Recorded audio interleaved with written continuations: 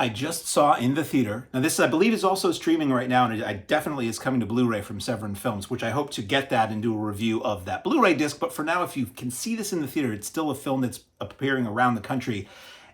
Enter the Clones of Bruce. This is a new documentary, several years in the making, from director David Gregory, who is the head of Synapse Films, along with producers Frank Jeng, who you know from innumerable Blu-ray extras on various labels, doing commentaries for Hong Kong films. Hong Kong cinema expert, former guy who worked for Tai Sang Home Video in the US. And Michael Worth, who is a Bruceploitation expert and a filmmaker in his own right, did a film called Appleseed with Rance Howard that's quite good. They put together this amazing documentary about Bruceploitation. Do you know what Bruceploitation is?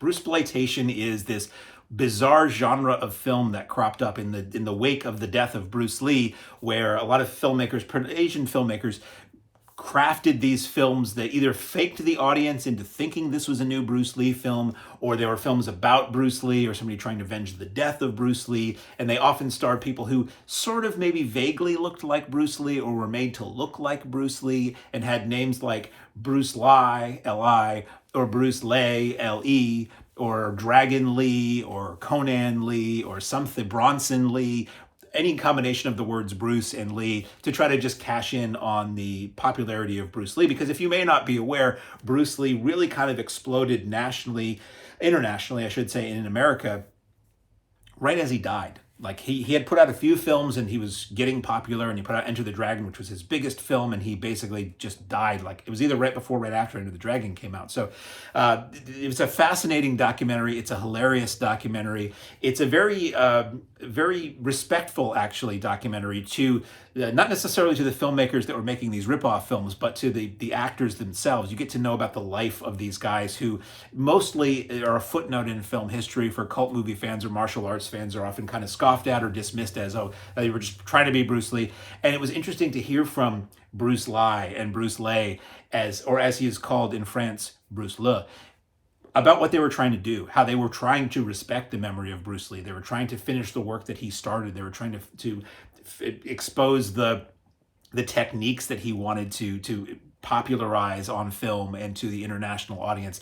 And it's really well edited. It's a really fun, it flies right along. I would have been happy if it was twice as long as it was. And it's a normal length of a film. It's just such a, to me, fascinating topic. And the experts in it have a good sense of humor and really know their stuff. And you see endless, trailers and posters and film clips and behind the scenes clips. And it gives you starts off with a mini history of the life of Bruce Lee, and then it gets into his death and the questions around his death, and then where there was this gap in the marketplace, and these filmmakers stepped in to satisfy the public's hunger for more Bruce Lee, even though there was no more Bruce Lee to be had, aside from some footage that was shot for Game of Death. And they get into that, how the ultimate official Bruceploitation film was the movie Game of Death that was made several years after he died, from the makers of Enter the Dragon and Warner Brothers, to try to utilize this tiny amount of footage they had and build a film around it with.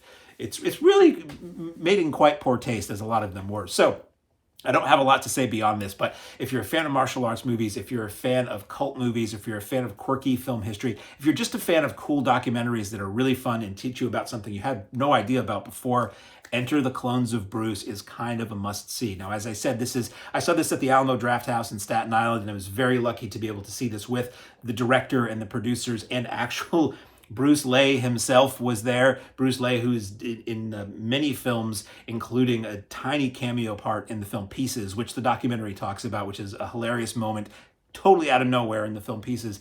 He was there. He did demonstrations. He really spoke from the heart about his craft, his work, about kung fu, about martial arts, and about Bruce Lee himself. And that tour is over, but this is still, I just saw there's like a dozen dates this is playing theatrically. So if you can see this, travel to a theater to see this with an audience, see it on the big screen. It is also streaming. It is also coming to Blu-ray from Severin Films, which I will review when that comes out. But until then, if you can go see it, go see Enter the Clones of Bruce.